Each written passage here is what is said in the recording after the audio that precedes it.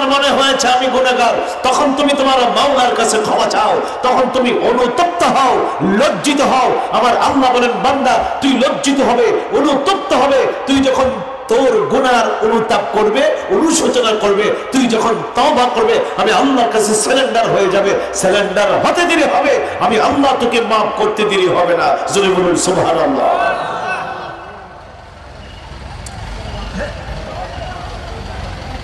আল্লাহ আমাদেরকে আদর করে মায়া করে একটা সুযোগ দিয়েছেন।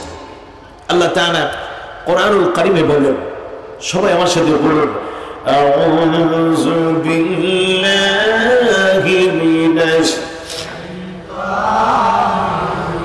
সবাই জবান খুলে খুলে পড়ুন, আউযু বিল্লাহি মিনাশ,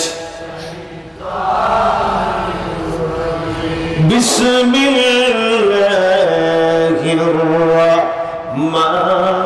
রাহমানির রাহিম।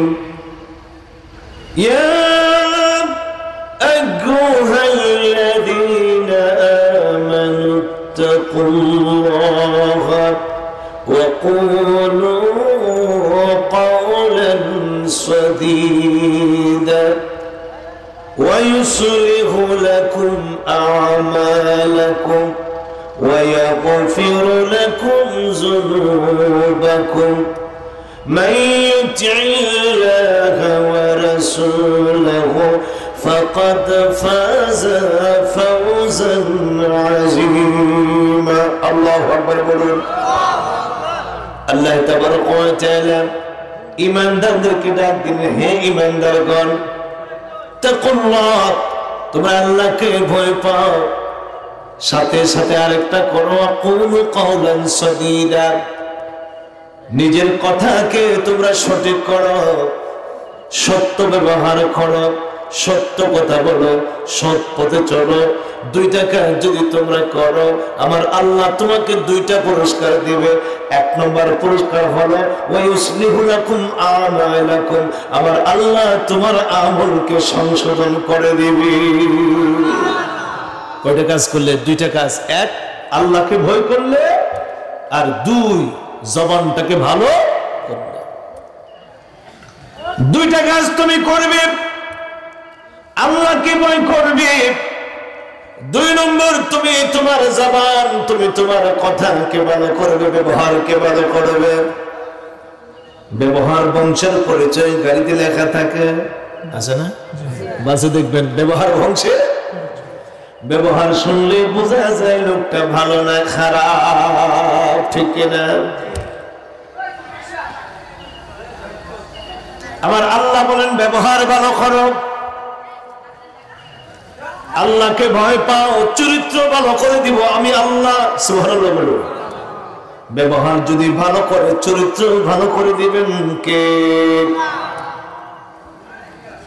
লেবাস ভালো পরলে ভালো হওয়া যায় না, মাথায় পাগড়ি পরলে ভালো হওয়া যায় না। এখন এমন পাগড়িওয়ালা পাওয়া যায় রে বাবা, সুন্দর সুন্দর পাগড়ি পরে, সুন্দর সুন্দর জুব্বা পরে, সুন্দর সুন্দর জামা পরে, 5 ওয়াক্ত নামাজের 1 ওয়াক্ত পড়ে না। আসেনি এরকম? পাগড়ি পরে, আবার জুব্বা লাগায়, কিন্তু মিথ্যা কথা ছাড়তে পারে না। পাগড়ি পরে জুব্বা লাগায়, সুদ ঘুষ ছাড়তে পারে না। পাগড়ি পরে জুব্বা লাগায়, দাড়ি রাখে, সব আমল ব্যবহার ভালো দেখা যায়, অন্তর তার ভালো না, অন্তরে তার তাকওয়া নাই, ব্যবহার তার ভালো না, ব্যবহার খারাপ। চুরি করে ডাকাতি করে, লেনদেন ভালো না, সুদ ঘুষের সাথে জড়িত, গীবত পরনিন্দা পরশুগুলখুরির মধ্যে সে লিপ্ত থাকে। আমার আল্লাহ বলেন বান্দারে, তোর লেবাস ভালো, তোর ব্যবহার ভালো না।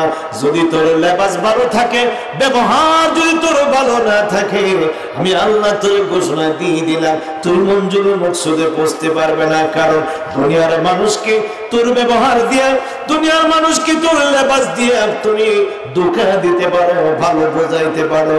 তুমি কতটুকুন ভালো, কতটুকুন তোমার মর্যাদা বেশি আর কম, দুনিয়ার কোনো মানুষ না জানলেও আমি আল্লাহ জানি। আল্লাহ জানে কি জানে না? আমার আল্লাহ বলেন শোনো, দুইটা জিনিস অন্তরে ঢুকাও, একটা হলো তাকওয়া আর একটা হলো ভালো ব্যবহার। যদি তাকওয়া আর ভালো ব্যবহার তোমার ভিতরে তুমি ঢুকাইতে পারো, আমি আল্লাহ তোকে দুইটা পুরস্কার দিব। এক নম্বর, ওয়াসলিহু লাকুম আমালাকুম, তোর আমলকে আমি আল্লাহ সংশোধন করে দিব। আর দুই নম্বর, আমি আল্লাহ তোর জীবনের সব গুনাহ মাফ করে দিব। সব গুনাহ কি করে দিবেন? মাফ করে দিবেন। দুইটা কাজ করলে, কি কাজ? একটা হলো আল্লাহর ভয় আর একটা হলো ব্যবহার ভালো। আমার আল্লাহ বলেন হাবিব শুধু তাই নয়, আমি আল্লাহ আরো সহজ করে দেই। আপনি একটু বলুন, কুল ইয়া ইবাদিয়াল্লাযীনা আসরাফু আলা আনফুসিহিম লা তাকনাতু মির রাহমাতিল্লাহ ইন্নাল্লাহা ইয়াগফিরু যুনুবা জামিআ। নবী গো, ও নবী, আপনি আপনার বান্দাগুলোকে বলে দিন, তারা যেন গুনাহ করে, অন্যায় করে, অপরাধ করে আমি আল্লাহর রহমত থেকে নৈরাশ না হয়। যদি তারা আমি আল্লাহর রহমতের আশা করে, হে নবী আপনি বলুন, তারা আমি আল্লাহর রহমত থেকে নৈরাশ না হলে, রহমতুল্লাহর দুইটা তাফসীর হয়। কয়টা তাফসীর? রহমতুল্লাহ একটা অর্থ হলো আল্লাহর দয়া। রহমতুল্লাহর একটা অর্থ কার দয়া? আল্লাহর দয়া। তোমরা আল্লাহর দয়া থেকে নৈরাশ হয় না। রহমতুল্লাহর আরেকটা তাফসীর হয়, আরেকটা অর্থ হয়, রহমতুল্লাহ দ্বারা আমার আল্লাহ কি বোঝাচ্ছেন?